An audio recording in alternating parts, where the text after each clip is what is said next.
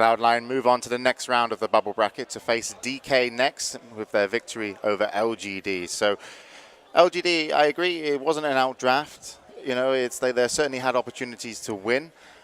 Personally, for me, Ember Spirit, the best pickup of the lineup that Cloud9 had and worked really well for him. But why do you feel Ember Spirit? I just felt like in terms of being able to constantly chip away, when people are standing outside your base, it's like you can chip and they want to heal, you can chip again. And as long as you get into a mid-game and you do enough damage, you're pretty okay. Okay. To me, LGD dealt with the chip okay with the Voodoo Restoration heal, but you have to have Voodoo Restoration. When the fight actually, apart from that, Witch Doctor was like a questionable pick, I would say. LGD were really all in with the pushing strat, and once Cloud9 engaged on top of them, there was just nothing LGD really, they didn't really have the answers. Like when they were pushing high ground, even that time when they overextended, I'd say LGD were already under a lot of pressure to try and push and end the game there, and that's why they felt they had to overextend, get some extra kills. They knew Doom was on cooldown. They were just playing from behind even when they were pushing high grounds. Yeah, and at that point, we saw in the previous game where they actually won that they had a dominating factor and a backup. The backup that they had this time for the strategy was the Lone Druid. Didn't have enough impact later on. He wasn't farmed enough, wasn't able to get enough to actually deal with the Ember Spirit from Cloud9. And I think Cloud9 has basically got LGD figured out. That is what it for me came down to, that they play a certain strategy, certain pushes coming out at certain times, because they have been actually pretty spot on timing there. 15 minute, 25 minute, 35 minute. And it's maybe starting to be a little predictable. Well, I certainly think that LGD could have won that game if, for example, Lin in the early game didn't get shut down so much. Yeah. Imagine if you went up to the base when they did and Lin actually had like an Aghanims, because he kind of felt like he needed a BKB. He was like, oh, this is painful. Yes. I actually think he went into a BKB before the Aghanims on Lin. I'd have to rewind to figure that out. But he never finished an Aghanims. He never finished an Aghanims, yeah. So it's like, if Lin wasn't getting shut down so much, which is kind of the rotation power that you can do in terms of ganks with having that Ember, having a Doom, it's like they can get in on heroes, and as long as you can back them up with 1 or 2 supports, you should get a kill. They focus a lot on Lin. The fact he didn't have an Aghanims, I would have preferred that instead of going for BKB. And then, because a lot of the focus was going to be on the bear if you were going to push in, because you can shut that down. And if you want to dive on an Aghanims, it's like, well, it's really about the echo. And you should be able to disrupt an Echo Slam by actually sending in your Brew in with a Blink and actually just it's okay to sack a Brewmaster, I feel like, if you're pushing towers, as long as you're stopping something really important, which was a counter initiation.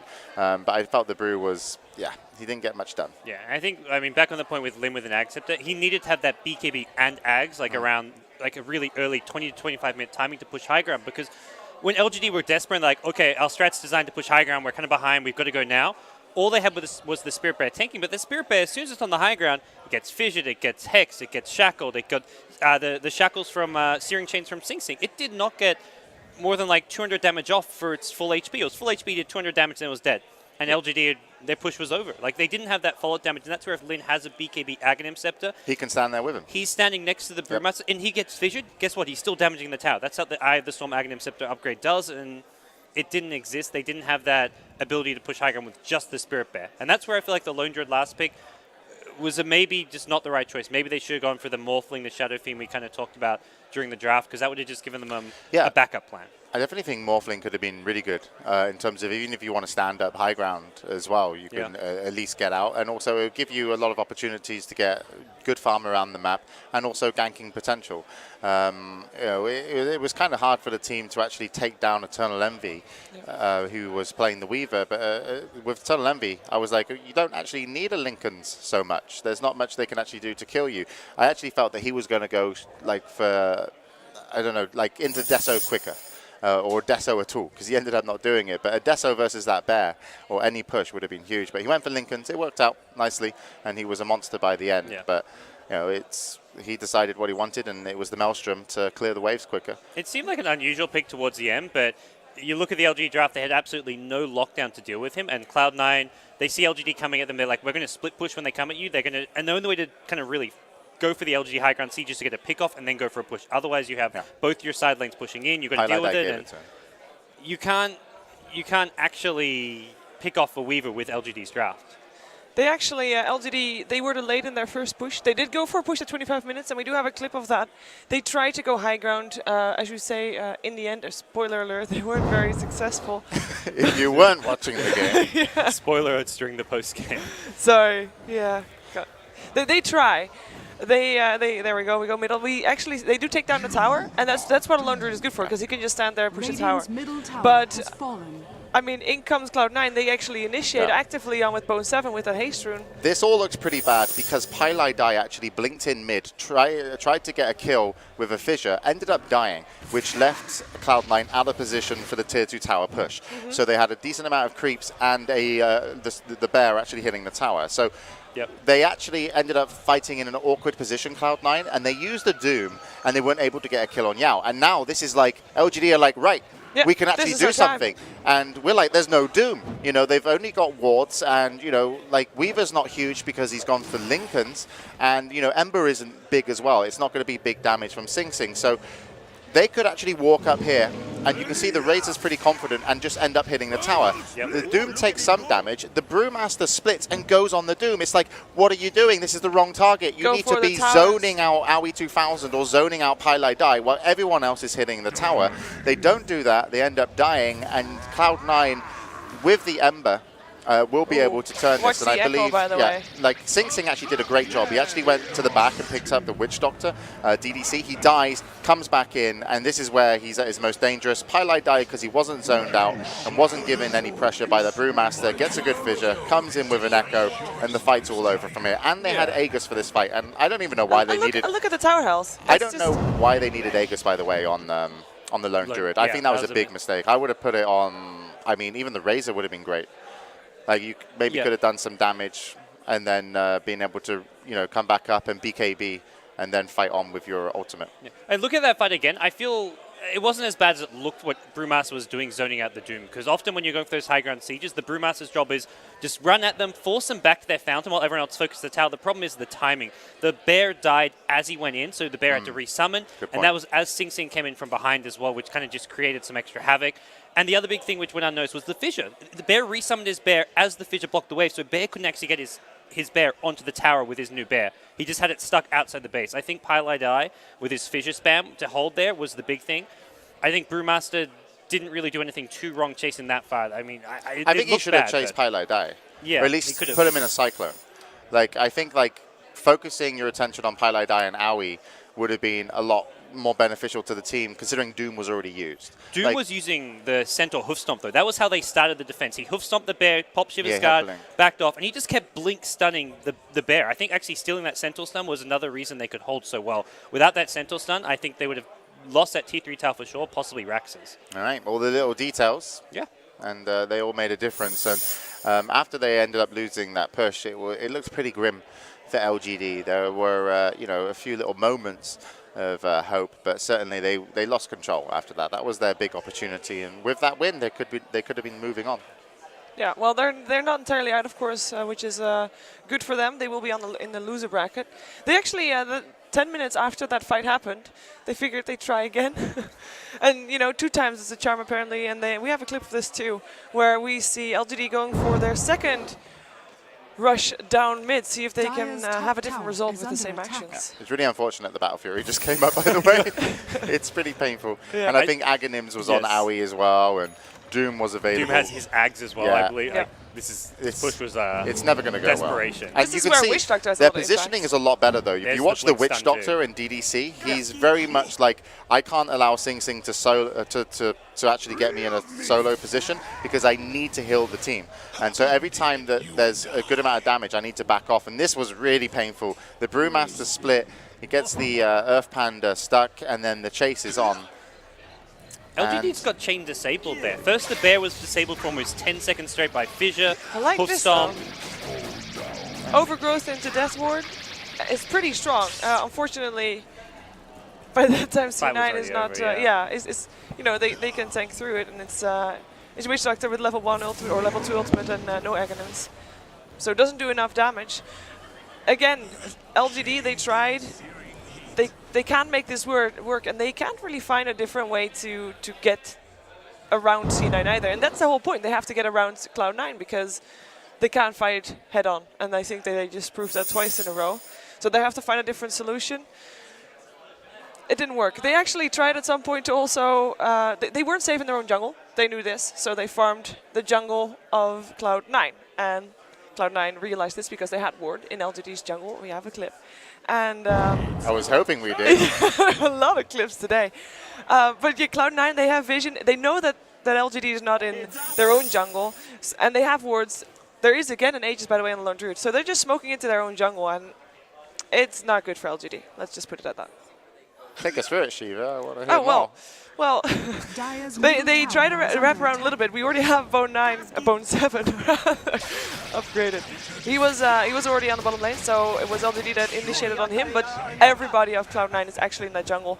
They pick up the Lone Druid twice, brilliant ward trap, and like there's no way that a Lone Druid can live through that. And it's just over from this point onward. It's they can't be there anymore. They can't be anywhere on the map safe anymore, unless Cloud9 makes some big mistakes. Yeah, it's painful when you have to take down an Ember and a Weaver. They need to be your two pickoffs, from what I can tell. Of course, you need. How do you pick off with that draft? No silence, no Well, stun? that's the thing. You need to get like an Orchid on the Brewmaster. It's like you blink in, you Orchid, you clap, and then everyone just jumps on the Ember, and you have to kill it quickly. It could happen. I mean, he had a point booster as one of his final items. So he was going for a sheep. They knew they had to do something like that to get a pick, but yeah, they were under pressure. Under pressure. I thought it, but you know, this panel may be professional. We don't sing. And I get 500 MMR points. You do actually. Talking about being serious panel. Yeah. I'm at 2,000, I get 100. 3,000. I'm sad that I didn't put my full 500 in, but I get 100. Well, there you go. So we can take a look at the bubble bracket as well, because the bubble bracket is going to explain what's happened today before we get into the next game, which is going to be DK versus Cloud9. So what's happened today is Liquid played versus LGD. Unfortunately, Liquid didn't wake up this morning very well. I'm not sure what happened, but LGD really looked good. They looked stable, and they played a very safe strat, and it worked easily kind of twice. So LGD moved on. Liquid were knocked out of the tournament in 10th and 9th place. And then the game that we just saw was Cloud9 versus LGD. They put pressure on LGD Cloud9, and LGD did have to adapt to their kind of game style. They did manage to do so somewhat, but unfortunately they weren't able to take the final game. They're now going to be in the lower bracket of the main event, which means we will see them at the Key Arena, but they will only be able to lose one series, and then that's it, you're done. So that's what the lower bracket means. If you go in the upper bracket, you can lose twice, but all games will be best of 3. Cloud9 won. They're moving on, and they are also going to be playing now Team DK in the next match, and the winner of this will advance to the upper bracket. Yeah. Being in upper bracket also guarantees you top 6, so automatically more prize money, better chance of going further in the tournament. More Twitter followers, more Facebook fans. It's big. More views when you stream. More groupies. More fans. That doesn't happen. I've been at events, and I've come top 6. Didn't happen. No, I was like, where are they? Top 3 maybe? Yeah, apparently. Okay. That's what I needed to be at. So the next game, hopefully, will be starting sometime soon.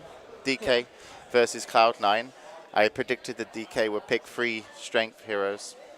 That's another, I'll bet 500 no, MMR. you can't do that. Why? 3 strength heroes in game 1, are we talking? Or? Yeah, in game 1. Did Unfortunately, Razor's like agility, so I'm like, damn, that might not work. It's definitely 2 strength heroes, and... You said 3. No, you guys, how much MMR is on the line here? Let me think. Team DK. Yeah. I'll put 500 on it. I don't care. 3 strength heroes, right? Yeah. Okay. I'll bet against that. Yeah, I would as well. All right. I need to get back my 500 from last game. Look at these. Burning. Where are the strength? Oh, I guess Sven. Yeah. Sven. But I hope for the Sven. It's fine, dude. Who actually plays strength heroes? I don't know what strength heroes you're talking about here. They play like they play lots of melee heroes, like the Juggernaut. That's true. Should have said melee. Yeah. Too late You now. could have said 4 melee, and I'd been like, yeah, they're probably picking 4 melee heroes, but 3 strength heroes. It's fine. Ursa's agility, like is Ursa agility? Yeah. When did that happen? Always. I hope I'm right. I don't know. But he's so strong. This game makes no sense. Yeah. But they play Wisp. Wisp is the strength hero. Can we go? Yeah. Believe it or not, Wisp is strength hero. Look at that. All right, Tusk. MMY. Tusk, that's a strength hero. There you go. Right there. They have actually run Tusk with Sven together, so he's already better chance to actually get 2, and then you only need to have 1 lucky shot and you're done. Let's hope for you that they're actually going to go for a Tusk. Are they in the strat, booth yet? Can I go talk to them? Can I? Do we have a live feed to the camera in their booth? Yeah. Like, I'd be like, guys. It's actually pretty fun that DK actually did play Tusk because it was enjoyable to watch. Of course, once it completely failed, but I'm going to make a really bad joke. It's already so bad. Once the ball starts rolling, it's so bad. Never mind. But Tusk is really a hero that thrives off momentum. Sorry, you said you were going to make a joke. When's the joke coming, Chief? No joke. There's no joke. that's going to be a minus 100 MMR right there. Yeah. Come on. I just gained 100. Yeah, but you're Are you back gonna down take it to away? 3,000 now. I'm back to 3,000. Still Okay. quite Still a bit good. higher than the rest. So okay. You're doing great. Yeah, yay. But yeah, in terms of hero pool that we see for DK, they have shown a lot of melee, at least, and they've shown a lot of kind of like just outlasting people in team fights. That's what it seems to come down to with DK. But they have so many skillful players in terms of like, you know, you got Ice in there, you got MMY, you got like Birding. It's like they're Lanham. insane. You got Lanham. Ooh, He's and also actually- skillful. And he's also still the one that's drafting, I believe. They switched halfway through the group stages, and it's been working out. I think he's continuing doing it, and he's also the one that said that this is possibly his last tournament. Now, we know that a lot of people say Reddit that. Reddit bait. Yeah. This is also my last tournament. If you like me, go make a Reddit thread. Reddit bait. By his by his autographed chests as well. Like, otherwise, I'm never sure if it's anyone's last tournament. yeah. No, I know, but, you know, I he mean, says it. Reddit bait. I don't think he said it before, so this is like his first time to test if it's like... Yeah, but he saw Burning do it last year. Yeah. Who's also in his team playing this year. True. It's like I can say it doesn't mean anything. We got Mushi, of course, as well. He is one of the players that you Zero really have to strength watch out for. heroes. Zero strength heroes there, James. You're in trouble. Isn't Troll strengthy? It's all about the melee. But he's red. Not all melee heroes are also They need to be strength. color coordinated. Troll should be green. I mean, he's a troll. Why is he red? He's angry. Yes. Yeah, okay. Well, I think they're getting Alchemist, at least. I think that's going to happen. Yeah, sure. They like playing the Alch, and they like outlasting. And Ice here. Played the Void a few times. Doom, Tide. It's, You you got a know... couple of strength heroes in Yeah. there. Look at that. And also Timber. Timber's a good hero for him. Tide. We're just naming heroes. This is all we do at the panel. That's As far as DK draft's concerned, when it comes to their early picks, they're always looking for the Enigma. Generally, is like a first pick material. Otherwise, the Doom, the Tidebringer. It's later on where they get their Juggernauts, their Tusk. These are kind of just the heroes that pull their lamp together. But then they always start with these really strong staple heroes. I would like to see an Ember Spirit again for Cloud9 because I really feel that it's going to be just a big team fights where they again look to get clean disengages. At the same time, it's DK that want to outlast you in fights. That's what I've seen from their previous games in the round robin. It's like, can we outlast you? Can we outfight you? You know, and that's how they win. There's not too much to it apart from when they fight. They're amazing at fighting, and they pick a really good lineup for those 5-on-5 kind of engagements. So we're going to go into the draft. It's going to be the first game here between Cloud9 and DK.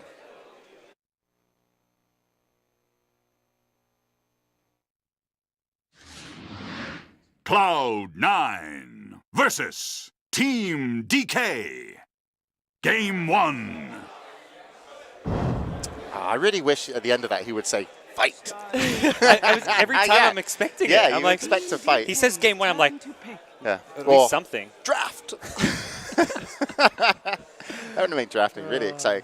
All right, so Skywrath Mage for Team DK here, and they give away the Doom to Cloud9. That doesn't feel too safe. And Cloud9 banned out the Death Prophet. That's surprising. DK have this kind of cheesiest strategy where they pick Death Prophet and Shadow Shaman together. Normally not right off the bat, but it's been very effective. And it's one of those things which you can get like a kind of cheap, easy free win from. Yeah, we just also said, or at least you said, that DK wants to have those 5-man engagements because they have got that good synergy going on. So banning out some of the teamfight heroes is a very strong thing to do. However, it leaves quite some heroes in that are normally banned out. You got Tide. You got Tide. You want to already pick up like a strong off-laner. Yeah. And then you, of course, go for the Skywrath Mage, which is a hero like, you know, he's the flavor of the month, flavor of this 2 weeks week. He's very tasty.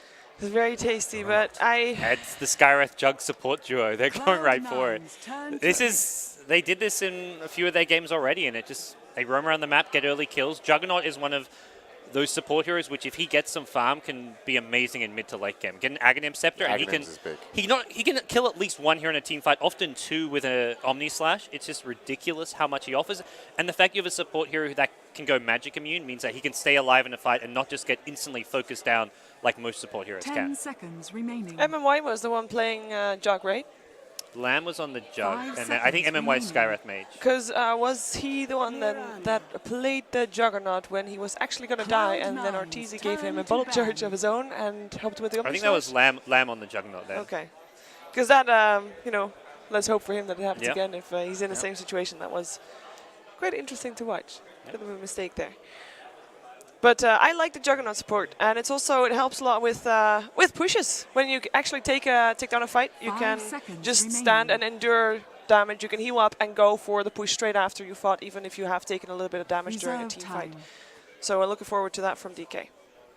All right, so now the second stage of bans. I think Cloud9 might want to ban out, like, I don't know, Razor for push. Do you think they have would be ignored viable? Razor quite You a should bit. definitely ban a lot of, like, agility heroes.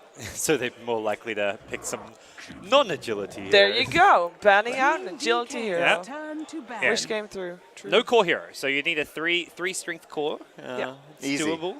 Quite likely Ice It's not Ice gonna will be Ice Ice. You've got your Tide, And your Timber. Yeah. Yep. That's definitely one. plausible, but the Sven could be picked up for burning if they want to. Cloud9. The problem is you kind of need three solo worry. type heroes. I accept my defeat on the strength All right. core. Okay. Yeah, no, I'm saying They weren't meant to do Skywrath Mage Juggernaut. We spoke about this earlier. That was game 2. They Translation, cheated you. there was a problem. Yeah. I'm not very good at Yeah. any we'll language. give you a 10 redemption seconds chance in game remaining. 2 though. Okay. Yeah. For DK with their next few picks, they definitely want 5 some seconds core heroes which are remaining. fairly self-sustainable, because Skywrath Mage and Juggernaut, DK roam them around a lot, even go and like sit in their own jungle for a bit, get a Reserve few time. levels, go for smoke ganks, and that's where DK really need, mostly for burning, who's kind of their carry play. He's not going to get a whole lot of support in the safe lane, quite likely. I have to say, like, if DK has done this before, and they have, as Cloud9, you've prepared for this, right? What are you going to pick? You maybe weren't expecting as their first 2 picks is the problem. Like, DK don't normally first 2 pick Skywrath Juggernaut. Okay. Like, when they've done it in the past, they would be they'd get something like a Doom or like a Tide or an Enigma in the early pick. Maybe with the Skywrath Mage, you get the Juggernaut later on the draft. So maybe you're thinking, hey, they pick up one of the heroes, we ban out the other. So even if you're expecting it, I don't think it's necessarily something that you can deal with. Maybe you can look at how the heroes are going to move around the map and kind of try to predict their movement, avoid some of their rotations, but as far as just straight up countering it, that's not something you can easily do. It kind of feels like it's one of those lineups that you have to play against to know how it feels, and then to be able to, adjust for the next game. Problem is, DK are going to bring it out, and then next game it's going to be a completely different draft. So if they haven't used this versus Cloud9, let's see how they can handle the Skywrath Mage and Juggernaut. It's more unique than it is necessarily like hugely threatening, but it can get out of hand. It certainly can. Both can do a big amount of damage with their ultimates. And if the Juggernaut can pick up his Ags, it's devastating in terms of just the amount of damage you can put out in the early phases of a team fight. Yeah. The first 10 minutes of this game likely to decide the outcome. And we haven't even seen any of DK's core heroes yet, just based on the support duo here. So Mirana, the pickup for Cloud9 second. This does still leave their draft very open. We've seen AUI play it. We've seen Sing Sing play it. Similar story with Doom. It can go in the off lane, can go in the safe lane farming role for Eternal Envy. And that's where I like the fact Cloud9 also have these versatile, well, DKs aren't versatile, it's going to be their 2 supports, but Cloud9, DK can't read their lanes. They can go with absolutely anything with these next couple of picks. 10 seconds. And they're a team that is normally very versatile in terms of draft as well. They were the team that played, I believe they were the team that played the most different heroes in group stages, but I can't say for certain. But definitely one of the top teams there that is just versatile. You don't know what you're going to be up against. You don't know how they're going to lane things. So I think for Cloud9, it really comes down to really be comfortable in their own game, play their own draft, do their own strengths, and hope that they can actually also disrupt DK's lineup with that, because they need to do both things while still playing their own game, if that makes any sense. So I'm hoping also for some active supports. We saw in the previous game that Cloud9 was actually roaming quite a lot, and they need that again. They need to just be able to get kills. It's going to be difficult because so far these two supports are of course pretty strong. If that is indeed a support Juggernaut, because you know, confirmation not yet entirely there. Cloud9 But is we already time to talked about pick. Skywrath Mage earlier on. Well, not today, but that he is a very strong laner, so he's not easy to gank, and he can turn a gank around really easily as well, which is very scary. Yeah, and a pickup Storm Spirit there for DK. Definitely going to help with the pickoffs. So Storm Spirit, a lot of people don't know this, used to actually be an intelligence hero in the old patch, but since he's been working out so much, as you can see, he's got a lot fitter. He can actually bench 400 pounds. He's actually a strength hero, but unfortunately, Valve yet to 5 update that. seconds remaining. That'll be coming since in the model rework. Since the model rework, he's big these days. Reserve So time. one strength hero there already for DK, just 2 more for my prediction to be right. And it's over to Cloud9 to choose their next hero. Yeah. Good argument. It's almost worked. What do you mean? Almost worked. Yes, exactly that. Invoker. Invoker. Team Nope. DK's turn to Sing Sing and Envy both play this. Sometimes Envy will play it if they want to do like a farming Invoker. Probably will be Envy. Yeah. They did this in the group stage. I think they lost that game. Not to say the strategy itself was a bad strategy to begin with, but probably I don't know how much I like the Exort Invoker, even if it's a safe lane Invoker, just because the Juggernaut Scarith is so aggressive. There's going to be so much 10 early ganks. seconds remaining. Storm Spirit also just great for jumping and getting those pickoffs. So 5 Invoker seconds could find remaining. himself under a lot of pressure here if he doesn't have good support protection. I would be okay sending the Invoker safe lane. Reserve I'd feel time. pretty comfortable down there. With you could have Mirana mid with Sing playing it, and Doom off lane. He's pretty tanky. It's like as long as he gets some early levels, Skywrath Mage and Juggernaut, despite having slow and spin, it's like you run pretty fast. You know, as a Doom, and you do regen, so it's nice. It's a good feeling, Gods. It when is you a good press feeling, that, when you press and that ability, Scorched Earth. What's not a good feeling is the feel of Naga Siren Radiance burning all your neutral camps, all your heroes, and that's exactly what DK are going to go for. The burning Naga Siren, for a while, like leading up to TI, all the team DK reversing were just like first banning it. They did not want to have to deal with the Naga Siren. It's funny because DK started playing Naga Siren after the hero got hit by some 10 big nerfs, seconds and they're like, remaining. they didn't ever play it while the hero was popular with amongst the Western teams, but 5 got nerfed a bit, seconds burning on how to remaining. play the hero, and they're like, hey, this hero's pretty good. Let's start playing it. And it's DK not Reserve going time. for super early game like strategy as far as ending the game early. The supports will be aggressive, but they're all looking to create space for getting the Radiance as fast as possible. It's kind of like similar to what Alliance play. When they pick that Naga Siren that wants to be able to farm, you need people that are able to rotate well and 10 pick off well. seconds Storm Spirit remaining. is amazing at picking people off, and you constantly want your Skywrath kind of rotating, not picking 5 up farm. You can seconds have your Juggernaut remaining. there as well if you want to. So if you Team get something DK's which is turn also to able to ban. have like a big map presence as the final pick for DK, that Naga Siren can have a great time in terms of, you know, just the pressure is taken off you completely. Because we saw Mousesports, actually Liquid play it earlier in the mid lane, and there was no pressure put on anywhere in the map. That Naga was an easy seconds target, remaining. and if you shut her down, it just delays what your whole game plan 5 can be. seconds So remaining. Storm Spirit has to be a big impact this game for that Naga to work out, and I definitely think it can for DK. And a Reserve puck for time. Cloud9 being 10 picked up. seconds Yeah, I think for remaining. Storm it's mostly important get that Orchid online very early on. Cloud9's It will turn to help so ban. much against Invoker and Puck and Doom as well if he gets in there fast. It is going to be an item that he will look. I don't to know go if he towards. needs to go Orchid this game necessarily, though. I mean, there's a Skywrath Mage obviously with the Suns Yeah. as well, but there's so many targets. It's more like if you want to kill Puck, you definitely need the Orchid, but I feel DK is going to be more about staying alive because He's Puck's... maybe- Cloud9's Yeah, turn I think to you pick. might maybe even go straight into a BKB here, like a BKB Bloodstone type I build. think Bloodstone's a big item BKB that people aren't Hex, using yeah. as much as they should be. Bloodstone, in terms of, like, a lot of teams are so close in skill that Bloodstone actually, it's kind of like actually having like an extra buyback almost. And on a hero like Storm, that's big. So I would agree that BKB might be the fast item to go into Here we a go. Bloodstone, and that could be big. And it's going to be Meepo as a final pick. Cloud9 are going to surprise again here in the draft. The DK did get the Enigma that you mentioned, Gods, in terms of just, you know, something that they actually play around with all the other heroes a lot. Yep. And that Meepo, this lineup for Cloud9, it Where are the supports? can fall down. Yeah. No, Doom Jungle and support Mirana, that's That's it. as greedy as it gets. Yeah. But if you're going greedy against a Naga Siren, so Yep. it can work. I mean, the Radiance comes online a little bit later before the Meepo can with the Acronyms. Against a Naga Siren, so you know you've got a lot of space to get that farm, and also against Enigma, so your lanes aren't under pressure to a large extent. This makes Juggernaut a core here. It's actually going to be Ice on the Juggernaut, and sure, he's annoying in that 10 off lane, but end of the day, your seconds opponents only have one support actually roaming. Enigma's kind of trying to farm his jungle, which means 5 AUI can get away 5 with seconds playing in the remaining. jungle. Can I get 100 MMR points if Storm goes for Orchid first? Yeah. Okay. As Deal? yeah. Yeah.